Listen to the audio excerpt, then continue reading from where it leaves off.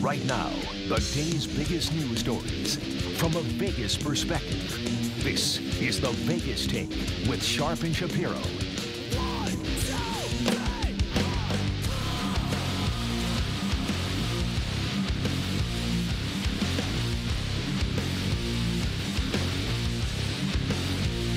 All right, welcome back. It is the Vegas Take. Sharp and Shapiro, Chris Wynn in studio on a Monday, rolling out hour number 3. Glad you could join us. And, boy, was it a crazy weekend of sports. I want to start off locally, and let's talk a little UNLV. Not really a lot to say about the UNLV basketball game because they played a team that, quite Baptist frankly... College, I believe, out of California. Quite frankly, the team would have lost to some of the high school teams here in Las Vegas. Certainly Bishop Gorman and Findlay Prep. They're just a horrible team. They didn't have anybody over like 6'2". It was a team that you're not going to learn a lot about the UNLV basketball team, but what you could have learned from that game at the Thomas and Mack Yard on Friday night is that, TJ Otzelberger is going to play a fun brand of basketball. Yeah. There's going to be a lot of not full court pressing, but certainly in their defensive schemes of things, there's going to be a lot of trapping, and they're going to push the ball. They're going to run the ball. You know, we heard that with Dave Rice. The let's run, the running Rebels. Dave Rice had no idea what he was doing in running that type of program, and I'm not even going to get into the Marvin Menzie stuff because it's not even worth talking about. But I do think that T.J. Otzelberger, his style, particularly on the offensive end, is going to be a lot of fun to watch. And they do have some guys that can shoot the ball. I think Amari Hardy is going to have to be their leader this year because, as you know, David Jenkins is not eligible. He'll be playing next year. And I think next year is the year that they will probably have one of the best teams in the league and most likely probably the best backcourt in the league in Jenkins and Amari Hardy. But I think this year, based on the team from top to bottom, I think they've got issues at the point guard position. They might have some chemistry issues. I don't know. A lot of new guys. But with that being said, T.J. Otzelberger is the highest paid coach in the Mountain West Conference. That's right. He's getting more money than Steve Alford. So you have to produce in year one. What do I mean by produce? Well, you don't have to win the conference, and that's not going to happen, by the way. Utah State is a legitimate top 25 team. They're going to win the conference. But you have to compete for a conference title. That means be one of the top 3 or top 4 teams in the league. I think that is very doable considering the Mountain West sucks. It's not a good league.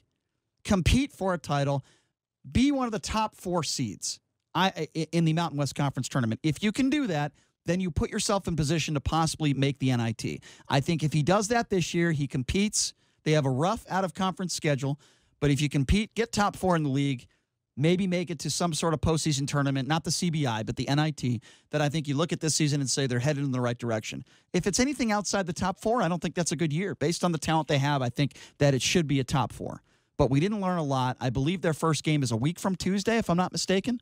It's a week from Tuesday at home. So, we'll have to continue to obviously follow this team and see what happens. We're not going to learn a lot from that game Friday night. I'm not going to go into it and do what some other shows do and do an hour on a preseason game. Blast away at every detail. Yeah, I'm not going to do that against a at team. the Thomas and Mack on Friday. Not going to do that. Yeah. And I heard there were like 2,000 people there. So, it's a preseason game, so that's expected. But the UNLV football game certainly was of relevance because if you're one of those people that still thought that UNLV might have a chance to make a bowl game, well, you were probably wrong. I did say this on the air. I thought that UNLV would keep this game close against San Diego State. San Diego State, very good defensive team. But UNLV got off to a horrible start. Yeah. Oh, there's no question. When you get behind the 8 ball, like UNLV ended up doing, you're down 17-0 in the first half of that football game. You're obviously not going to have a very bleak outlook as to what the outcome's going to be. That being said, I mean, as you pointed out, keeping it close was, I'm sure, a major priority among Rebel fans and also with the football team. And that's exactly what they were able to do as they got into the fourth quarter with this game within reach. I thought they're already down 7-0, and then San Diego State blocks a punt in the end zone, so already they're up 14-0. Then all of a sudden, the score balloons to 17-0, and I'm thinking to myself, because I went to the game, I'm thinking to myself, oh, boy, this is just going to be one of those. They're going to lose by 30 or 40 points again, right? To their credit, they played much better in the second half. Defensively, they were much better. I thought Oblad had probably his best half as a UNLV. I thought his second half, he was phenomenal. He threw the ball with accuracy. He ran and scrambled for some first downs. Oblad's going to be a decent quarterback. I really do believe that. I think, he's very young. He's a freshman. Is he going to be the best quarterback in the league? No. But I actually think he will be better than Armani Rogers in due time. And I think this experience for him is very helpful. I think the best thing that could have happened to UNLV football, sadly, was Armani getting hurt. Give this kid Oblad some time. Give him some reps. And he has that now. And you could see it. I thought in the second half he was very, very good. Didn't play very well in the first half. Also didn't get a lot of protection.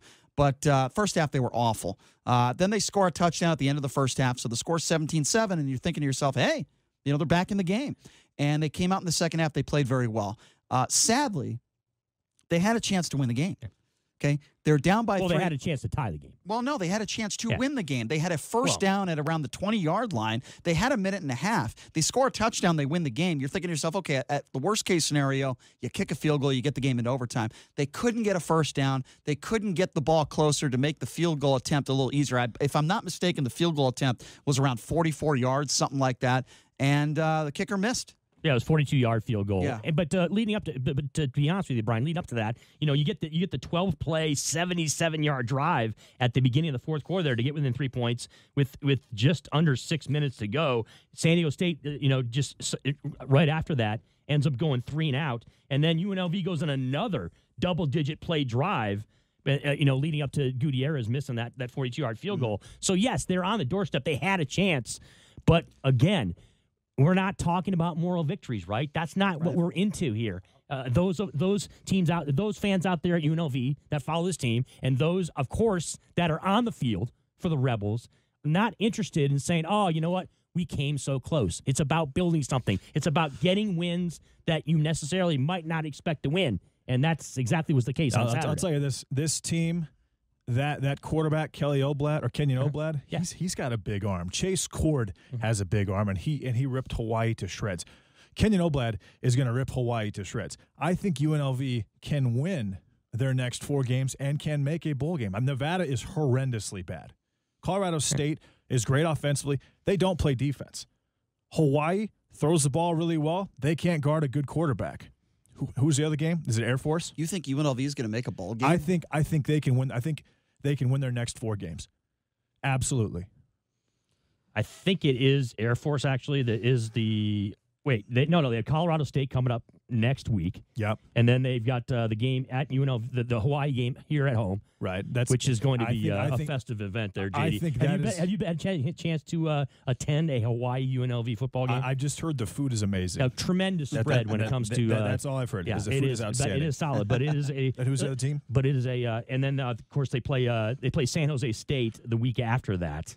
Which San Jose State, I mean, they're kind of an unrated team, right, JD? They have a good quarterback. They can throw the ball. Jericho Flowers has been playing well. Javen White's been playing well. Rayshard Jackson, the linebacker, played well. I honestly believe UNLV can win their next 4 games and make a bowl. And then they cap the season off, of course, at the end of the season against Nevada. Or they could go 5-7. Don't think there's any chance that happens. Why is there no chance that happens? Okay, have you watched Colorado State play? Yes, and they were in a close game last week, weren't they? Listen, Colorado State with Utah State. I'm telling you, they cannot play. No, Utah State got blasted by Air Force. Okay. Let me give you the answer this way. There is nothing in Tony Sanchez's tenure that would lead me to believe that, hold on, let me finish, that they can play 4 games in a row at a high enough level to win all 4 games. Has Tony Sanchez had a quarterback with the skill set like Kenyon Oblad? And I like this Noah Bean kid at tight end. He looked good. Along with the 4 wide receivers, Grimes, who's a USC transfer. Defensively, defensively they were good in the second half, but what have you seen? Decent. What have you seen throughout the season that would lead you to believe that they can win 4 games in a row against these teams? I just don't see it. I think the offense is balanced with Williams and Magyar, along with the 4 wide receivers and Bean, and a quarterback with a good skill set. But I wasn't talking about the offense. I was talking about the defense. But you have to look at both sides of the game. It's not just defense. It's offense. The offense is going to score points against anybody. The punter is very, very good as well. Besides the Vanderbilt game, can you find me another game where Oblad played a solid 60 minutes of consistent football? I don't think he has to play 60. I think he has to play 45, and I think he played it against San Diego State. I disagree. If he played 60 minutes, they would have won the game. You're right. He did play 45 minutes of good football.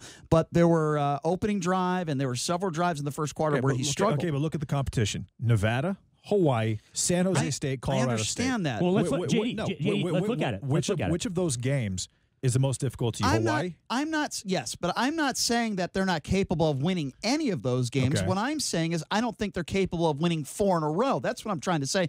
They could probably win. I think they'll win 2 out of those 4 games. Now, a lot of people on the field that I was talking to, members of the media that were on the field that I was having conversations with, that I do respect their opinion. A lot of them were telling me that they think, and this is amazing to me, but a lot respect. I'm talking about people that I respect. Okay, that told me that they believe that if Tony Sanchez wins 5 games, that he could come back next year. I believe that that's actually possible. If he beats Hawaii, Nevada, and Colorado State, I think that could happen. But it's 5 years in a row without making a bowl game. So what you're saying, what JD is saying, is they're going to go 3-1 in the last 4 games. Well, they could go 3-1. I think. Look, I understand we're speculating. I think they go 3-1 at worst. You had to win that game over the weekend. You had to find a way to win that game. If they win the next 4, they're a bowl team. That's a big if. They're 6-6. They're a bowl team. In Tony Sanchez's tenure, had they even come close to winning 4 games in a row? I don't see it. He hasn't had a quarterback with the skill set like Kenyon Oblad has, and Oblad is getting better and better. He's got a big arm, Brian. And they've got 4 wide receivers that have experience. I said that. And I'm telling you, Noah Bean as a safety valve at tight end is a big deal. You should have started Oblad at the beginning of the year. That is so important. He should have been the starting quarterback at the beginning of the year. I've been saying that all along.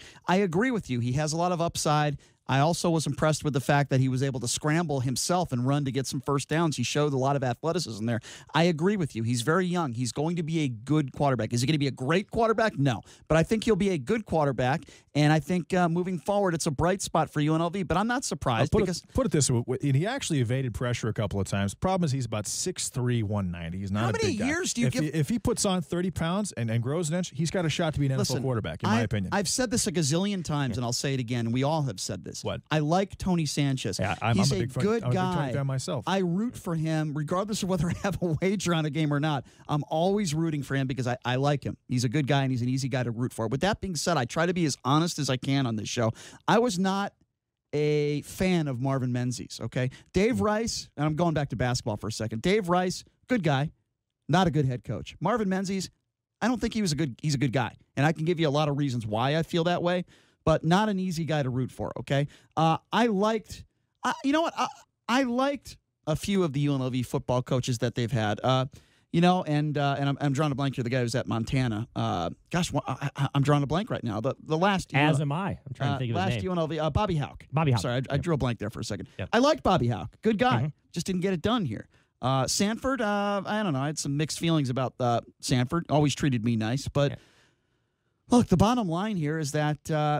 How many years do you give a college football coach when you show little to no improvement? I'm talking wins and losses.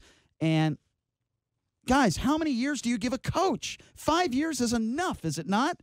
It's enough. Well, I'm not out of line in any way by saying that I'm a little shocked here that JD's so glass half full on UNLV football in that last 4 games of the year. That's awesome. I watch football. People are going to be UNLV fans are going to be happy about that, bro. I watch football all day, every day on the weekends. I talk about it with Ken Thompson and Brad Powers every Friday.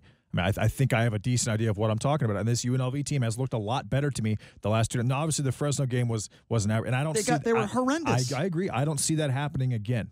I think this team is solid. I think they have a chance to win every single game, and if they win their next 4, they make a bowl game. He comes back. If they go 5-7, I think there's a chance. There is a chance, I think, and the people that told you that are right. There's a chance that he comes back because the team is looking better and better, and it has the pieces moving forward. A freshman quarterback with a big arm and a good skill set is a big deal moving forward, period. All right, well, I'll make a wager with you right now that they do not win 4 games in a row. Would you like to bet dinner on it right now that they are not bowl eligible? He said 3-1, right? 3-1 is what you I think they projected to happen. I said 3-1 at worst, but I wouldn't be shocked if they went 4-0. Okay. You give me plus 250, I'll take it. No, absolutely not. We're betting dinner. We're not betting money, and I'm going to say they win 2 games. I'm going to say they go 2-2. Oh, that's perfect. I'm in. From a number standpoint, Absolutely. guys, they're up against it when it comes to the possibility of going 4-0. First of all, they're playing a team that they're 10-point dogs against coming up next week in Colorado. Okay, the Hawaii game. Hawaii is 5-3. It's a quality football team, and they played some good football games this year. That game actually opened up at 7.5. The Colorado State game. All right, so here's our wager. The line has risen to 10. If they go 1-3 or 2-2, I win. If they go 3-1 or 4-0, you win. Is that a bet? That's fair, right? Yeah, that's fine. Okay, steakhouse dinner. God, I can't like wait. I can't wait to have my $80 steak. I can't believe he just made that bet. All right, fine. Here's my quick take. I think there's a better chance, Brian and JD, that they go 0-4 than that they go 3-1. I agree. That's my opinion. I agree. Me and Chris are on the same page, JD. Chris, would you like to make a wager with JD on the air now as well? Would you like a free steak dinner? And I'm not talking about a $2.99 steak and eggs at Arizona Charlie's. I'm talking about a nice piece of meat. I think I'll lay off that. I'm not looking to gouge our fellow co-host here, JD. I want to gouge JD any chance I get. So yes, well, he would do the same for me. Yeah. You know, I know that if they go 3-1 and 4-0, I will never hear the end of it, and he'll talk about it on the radio every day, and that's fine. He has the right to do that. I'll do the same.